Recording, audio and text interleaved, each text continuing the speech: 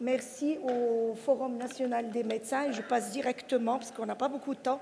Il m'a été confié de traiter les pathologies digestives liées au gluten. Et là, pathologies liées au gluten, elles sont nombreuses. Il y a ceux qui sont neurologiques, ceux qui sont dermatologiques, mais nous, on va se limiter aux pathologies digestives liées au gluten, qui sont au nombre de 3. Il y a quelques années, ils étaient 2. Maintenant, il y a une 3e qui est en train de prendre place. Alors, il y a l'allergie au gluten et au blé. Il y a l'intolérance au gluten qui est au fait la maladie cœliaque. Et la 3e, c'est l'hypersensibilité au gluten non cœliaque. Alors, on va commencer par l'allergie au blé, quoiqu'elle est moins fréquente que l'intolérance, mais je préfère commencer par celle-là parce qu'il y a des éléments importants de comparaison. Alors, d'abord, ce que c'est qu'une allergie en matière d'aliments, c'est une réaction du système immunitaire. Et donc, elle fait intervenir le système immunitaire envers un allergène ou plusieurs allergènes.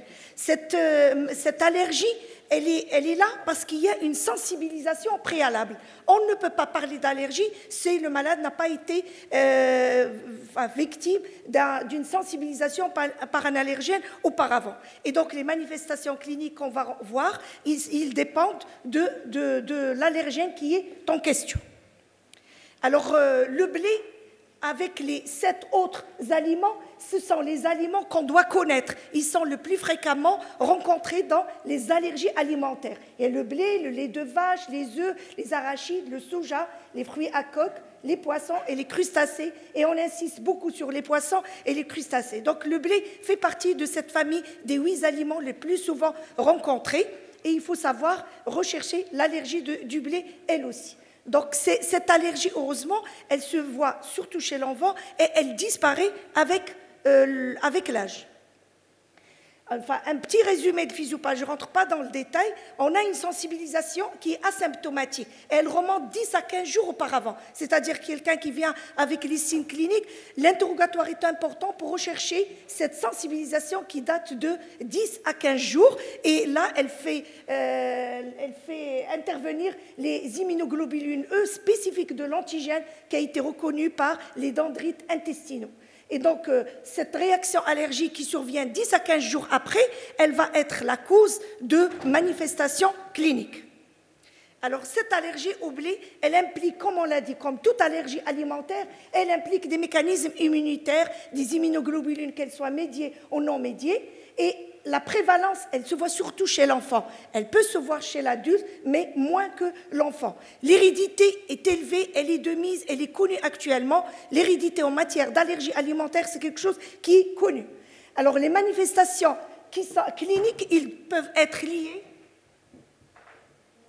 liées soit au gluten, soit aux autres constituants du blé. Et souvent, on a autre allergie alimentaire. Quels sont les autres constituants du blé ? À côté de... Ça marche ? Alors, à côté le blé, il y a les protéines, il y a les sucres qui sont les carbohydrates. À côté du gluten, il y a les inhibiteurs de l'antitrypsine et les ATI qui sont les protéines de blé. À côté de ça, il y a les sucres représentés par les FODMAPs dont on a parlé tout à l'heure avec le professeur Tahir. Donc, on peut être allergique au gluten. Ça ne marche pas.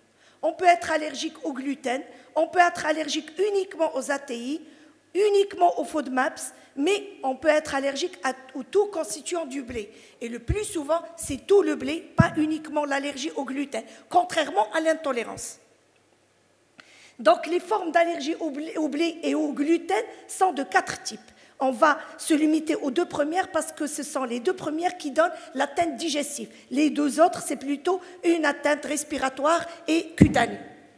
Donc l'allergie alimentaire classique, elle se voit le plus souvent chez l'enfant, donc vous allez la rencontrer plus chez l'enfant que chez l'adulte. Ça peut être le gluten, ça peut être le blé, et chez des patients qui sont préalablement sensibilisés. S'il n'y a pas de sensibilisation auparavant, on ne peut pas parler d'allergie. Alors, élément important, je l'ai mis en rouge, c'est quelle que soit la dose d'allergène. ce n'est pas dose dépendante. On peut faire de l'allergie. On a été sensibilisé et je peux faire l'allergie à un petit grain de blé. Donc finalement, la dose ne rentre pas en compte. Donc le délai de survenue de l'allergie, pas pour la sensibilisation. Donc 10 à 15 jours, je suis prête à faire mon allergie. Et donc je la ferai dès que je prends l'aliment, 4 heures, voire parfois plusieurs heures, mais c'est rarement. Donc l'évolution de cette allergie, elle est variable. Elle peut évoluer spontanément sans grandes conséquences, comme elle peut aller vers des manifestations cliniques plus ou moins graves. Donc quelles sont ces manifestations cliniques de l'allergie au blé et au gluten? C'est d'abord les atteintes cutanées et muqueuses qui prédominent. Et on a l'urticaire, le plus souvent il est aigu, il peut être localisé, il peut être diffus. On peut avoir une dermatite atopique qui survient elle aussi comme un élément de clinique d'allergie.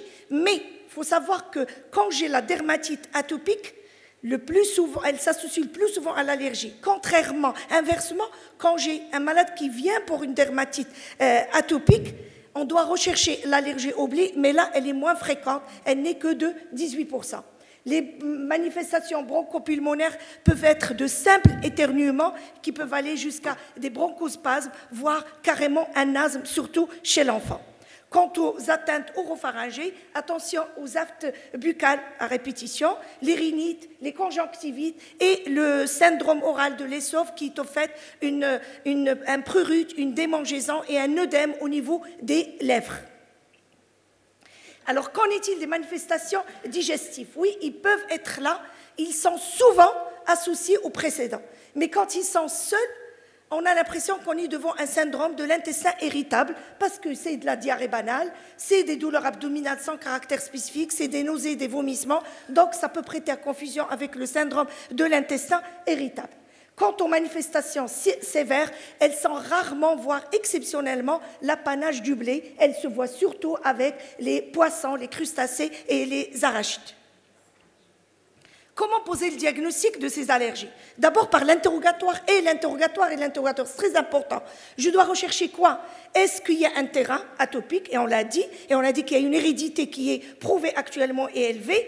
Est-ce que c'est de l'urticaire? Et comment ça s'est déroulé? Et est-ce qu'auparavant, dans les 10-15 jours auparavant, on a été au contact de l'aliment qui était suspecté? Et donc, si j'ai ces éléments-là, ça peut m'orienter. Donc, je peux aller vers les tests cutanés qu'on peut faire dans le cabinet. On n'est pas obligé d'avoir les prick tests commercialisés. On peut avoir du blé frais, ou du gluten frais. On peut aller à l'aide d'une aiguille, essayer d'incruster ces grains de...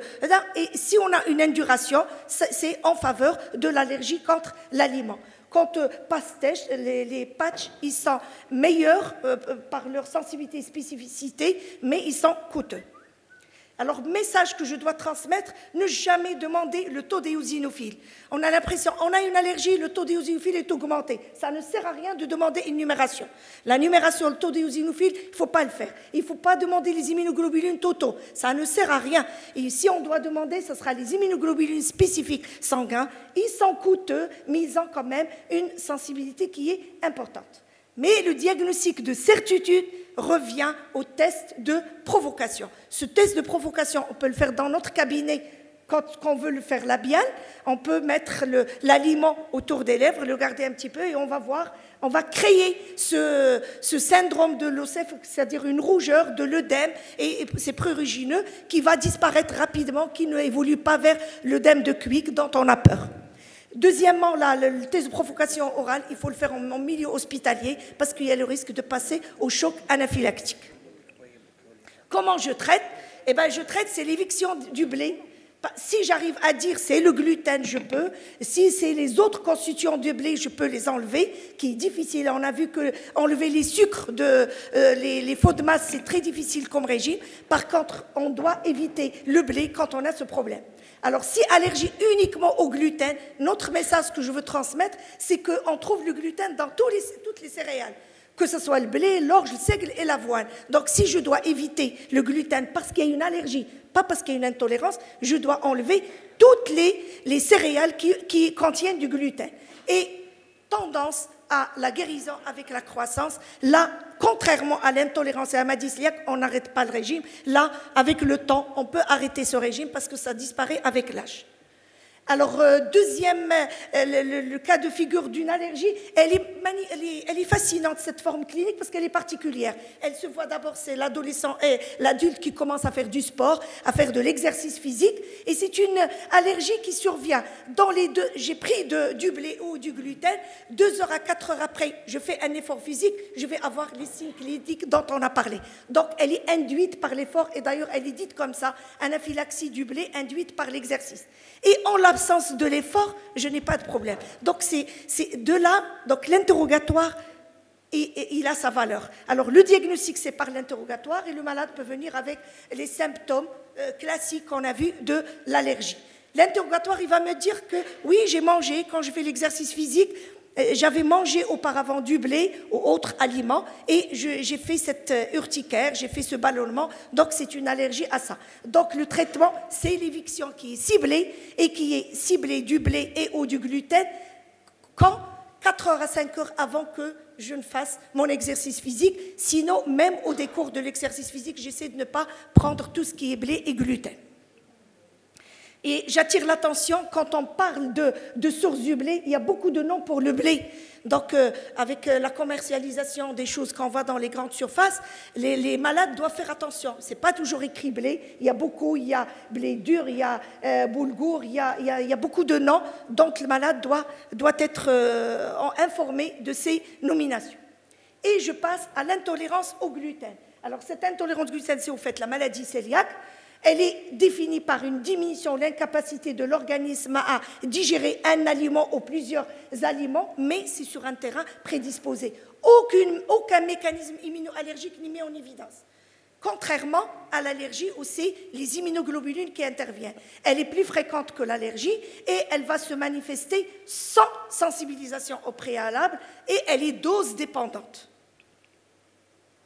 Alors, je ne reviens pas sur tout ça. Donc, devant une suspicion clinique de maladie cœliaque, bien sûr, ce n'est pas une allergie parce que je n'aurai pas ça, j'aurai une suspicion clinique et la clinique, je dois attirer l'attention, n'attendez pas la forme classique qu'on connaissait autrefois, c'est-à-dire la diarrhée, l'amaigrissement, la dénutrition, là, avec le ventre de batracien, avec de l'acide, avec ça, on l'a plus. C'est ces formes minoritaires et on ne les a plus. Et ce sont les formes frustes qui prennent place. Quelles sont les formes frustes? Plusieurs symptômes.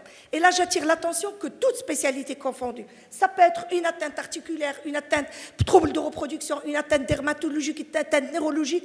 Toutes les spécialités peuvent être touchées. Pourquoi? Parce qu'à la base, le nutriment qui est à la base d'hormones ou d'aliments indispensables à cet organe, il est en déficit. Et donc, automatiquement, j'aurai cette symptomatologie. Donc, n'attendez pas les symptômes gastro-intestinaux pour dire que c'est une maladie cœliaque. J'attire l'attention uniquement sur le syndrome anémique. Le reste, tout le monde le connaît. Syndrome anémique, je voulais attirer l'attention. Vous avez un syndrome anémique chronique. Eh bien, normalement, quelqu'un qui est syndrome anémique chronique avec manque en fer surtout, je dois rechercher le saignement occulte. Je ne l'ai pas trouvé. Vous pouvez poser le diagnostic de syndrome de malabsorption uniquement à la clinique. C'est un malade qui fait de l'anémie, féripril, vous l'avez mis sous fer.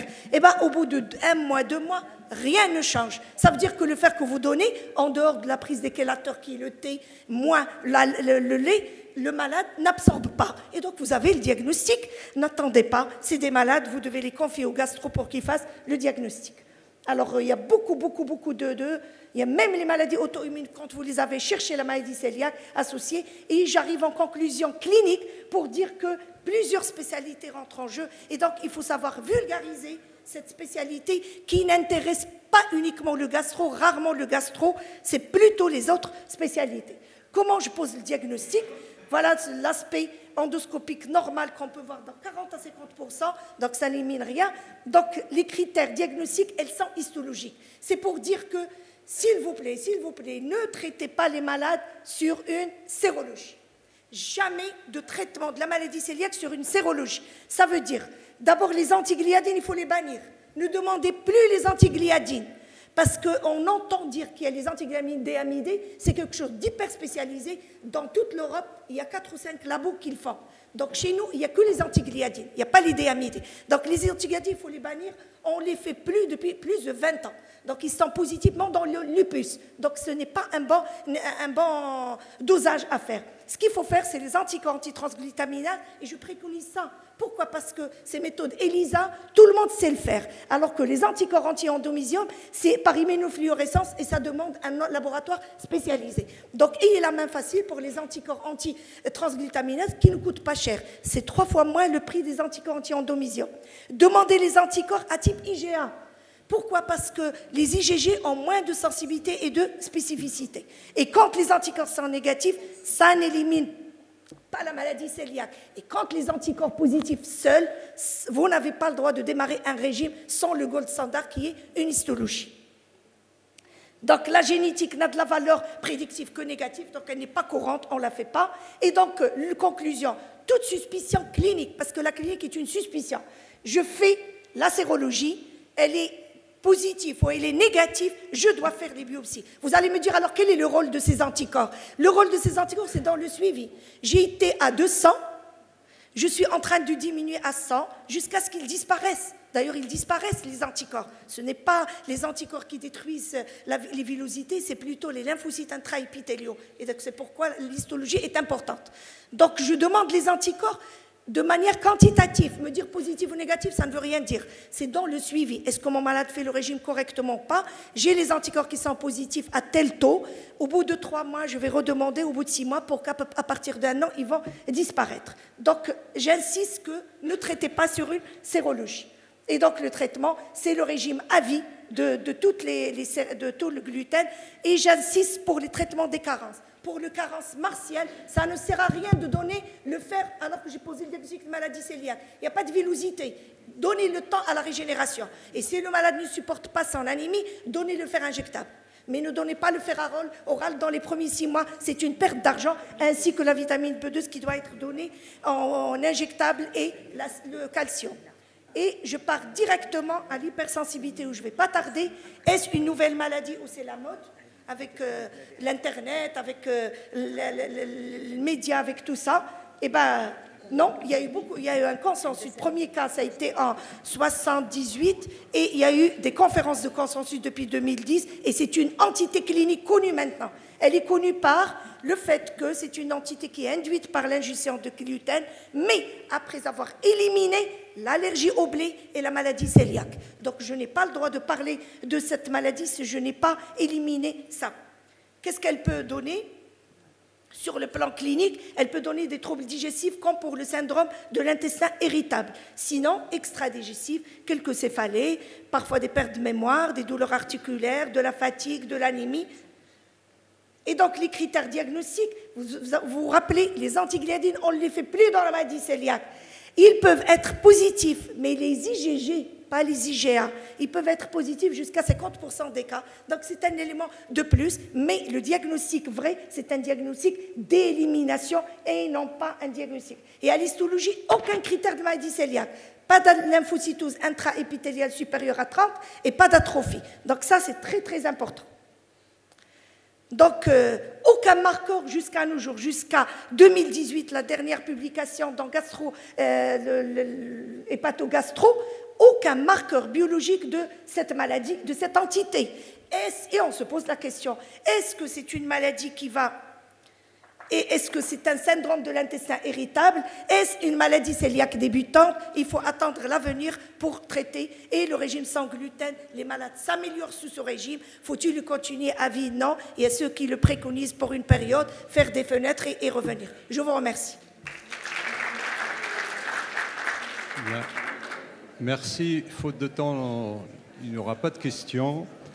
Et je vais transmettre au nom du forum un petit présent au docteur Berdadi. Merci. Voilà, au nom du forum. Merci.